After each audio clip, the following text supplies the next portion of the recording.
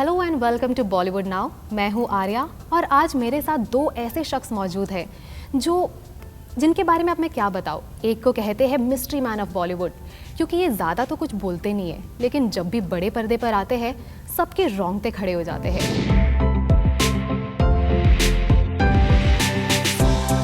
We have Akshay Khanna with us, and the second guest that we have is a debutant director. Well, इनका नाम है विजय।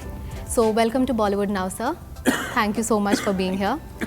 सबसे पहला सवाल सर मैं आपसे करूँगी, क्योंकि आपका ये डेब्यू फिल्म है और आपने डेब्यू फिल्म में ही एक पॉलिटिकली स्ट्रॉन्ग फिल्म को ही क्यों चुना? ऐसी क्या बात थी स्क्रिप्ट में? स्क्रिप्ट नहीं थी, ये बुक दी गई थी। I have written it with my writer. So book काफ़ी इंटरेस्टिंग थी और जिन्होंने बुक लिखी है, जिनका character Akshaye Khanna sir play कर रहे हैं, संजय बारू, जिनका नैरेटिव है पूरी मूवी, उनसे मिलके मुझे बड़ा एक्सेप्शनली अलग एक्सपीरियंस हुआ।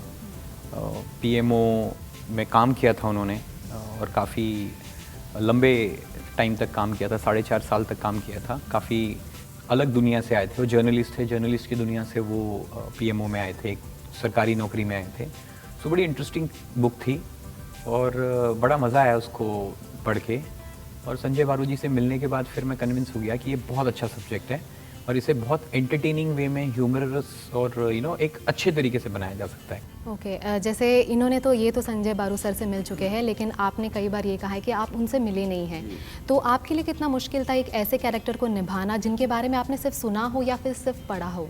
बहुत आसान था मेरे लिए, क्योंकि पूरा काम जो रिसर्च, जो कैरेक्टर को बनाना, सजाना, वो सब विजय ने ऑलरेडी कर दिया था।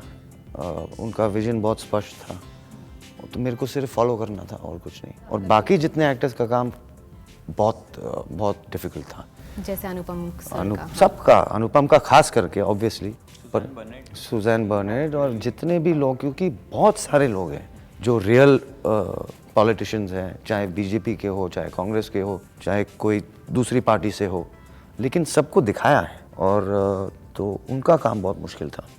इनफैक्ट आपको ऐसी क्या बात अक्षय खन्ना सर में दिखी कि आपको लगा कि यही संजय बारू के कैरेक्टर? ऑलवेज एक डायरेक्टर वही एक्टर को देखेगा जो उनके विजन में फिट होता है, तो तभी तो कास्टिंग होती है। एक्चुअली मेरा विजन पूरा चेंज हुआ इस कैरेक्टर को लेके जब अक्षय ने हाँ कहा, ऑनेस्टली, क्योंकि दैट्स व्हाई मैं हर कोई को बोलता हूँ कि ये बहुत टाइम के बाद मेरे लिए लिखा गया। या honestly. So you weren't skeptical about taking this role at all? No, he's the main lead of the film. He has done. Yeah, obviously, because he is the man who is narrating the film. Yes. Along with, of course, Kher sir, but he is the one who is narrating the whole film, telling the audience, connecting the audience. Yeah, in fact, Anupam sir ने एक बात कही थी। उन्होंने कहा था कि काश जितने बस क्रिएट हो रहे हैं, वो एक्टर्स की मेहनत जो उन्होंने इस फिल्म के लिए लगाई है, या द डायरेक्टर्स उन्होंने इतनी मेहनत की है, काश उस पर हो रही होती तो उनको ज़्यादा खुशी होती। आप कितना सहमत रखते हैं इस बात से, क्योंकि बहुत मेहनत लगी है इस फिल्म को बनाने में? नहीं, मुझे लगता है कि लोग नहीं, और जब रिलीज होगी तब तो होगी। कि थोड़ा इनिशियली हंगामा हुआ, बट मुझे ऐसी फीलिंग आ रही है कि people are noticing the work also. It's not कि टोटली पॉलिटिक्स के ऊपर गया है, ऐसा नहीं है। काफ़ी अभी जो मैसेजेस पढ़ के दिखाया है इसके पहले जो उसमें clearly people were only talking about the film, the characters. और एक बार ये फिल्म रिलीज हो जाए ना, लोग सिर्फ पिक्चर के बारे में बात करेंगे। ये पॉलिटिक्स ये सब मतलब निकल जाएगा। ये बात तो पक्की है, क्योंकि जैसे ही ट्रेलर रिलीज हुआ उसके दूसरे दिन कंट्रोवर्सीज मैं कह सकती हूँ उसके शायद 3-4 दिन बाद शुरू हुआ, लेकिन जैसे ही ट्रेलर ड्रॉप हुआ सबके ज़ुबान पे सिर्फ एक बात थी, मनमोहन सिंह के कैरेक्टर को अनुपम सर ने बखूबी निभाया है और आप एज संजय बारू आपने एक्सेप्शनल काम किया है। सो कहीं ना कहीं आपके लिए एक पॉजिटिव बात यही है कि फिल्म के लिए बहुत अच्छी है। आपको लगता है ये फिल्म एक गेम चेंजर हो सकती है पॉलिटिक्स के लिए और आपके इंडिविजुअल के करियर के लिए, आपके लिए स्पेशली, क्योंकि आपका एक... मैं ज़रूर फिल्म इंडस्ट्री के बारे में बोलना चाहूँगा, क्योंकि अगर इस पिक्चर को ये कैरेक्टर्स के साथ अपना सेंसर सर्टिफिकेट मिल सकता है तो दरवाजे खुल गए अभी, कि अगर आपके पास सही पेपर वर्क है, सही परमिशंस हैं, आपका सब ठीक है लीगली, फिर आप कुछ भी बना सकते हो।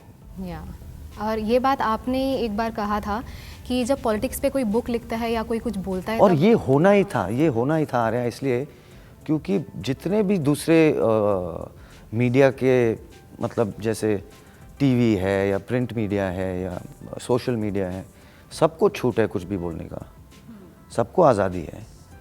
और आपने कहा था फिल्म नहीं बनाते, और सिर्फ जब ये बनती फिल्म है, जो है ना, आप किताब लिख सकते हैं, आप कुछ भी अखबार में छाप सकते हो, आप मीडिया में कुछ भी बोल सकते हो।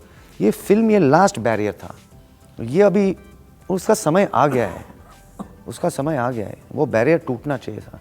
और पूरा मेरे को लगता है समाज ये चाहता है कि ये अभी let the film industry be a free voice, independent voice. या people want it, I think definitely.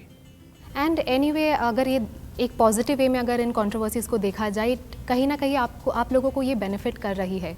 लोगों की जो कंट्रोवर्सीज है उसको गलत साबित करने के लिए भी लोग ये मूवीज़ देखने जाएंगे, क्योंकि आपने हर बार आपके इंटरव्यूज़ में यही कहा है कि देखिए आपके गेस है, क्योंकि बड़ी बड़ी पिक्चरें फर्स्ट डे जब 12 बजे जाते हैं, अगर पिक्चर खराब है but your trailer has that power to attract audience, like every individual is waiting. Arya, I'm telling you, if a 2-minute 44-second promo can people have liked so much, there is so much more in the film. बहुत कुछ है picture में, बहुत कुछ है, एक एक scene लोग याद रखेंगे। एंड आई एम श्योर कि आपकी फिल्म ये सक्सेसफुल रहेगी। एंड आई विश एवरीवन कि ये फिल्म, आप लोग को specially all the best sir. 11th को फिल्म रिलीज़ हो रही है एंड सभी ये फिल्म को ज़रूर देखिएगा, the accidental prime minister. Do not forget to watch it because you have Akshaye Khanna sir and that's definitely going to be the game changer for everyone. And do not forget he is the director. So all the best sir. Thank you.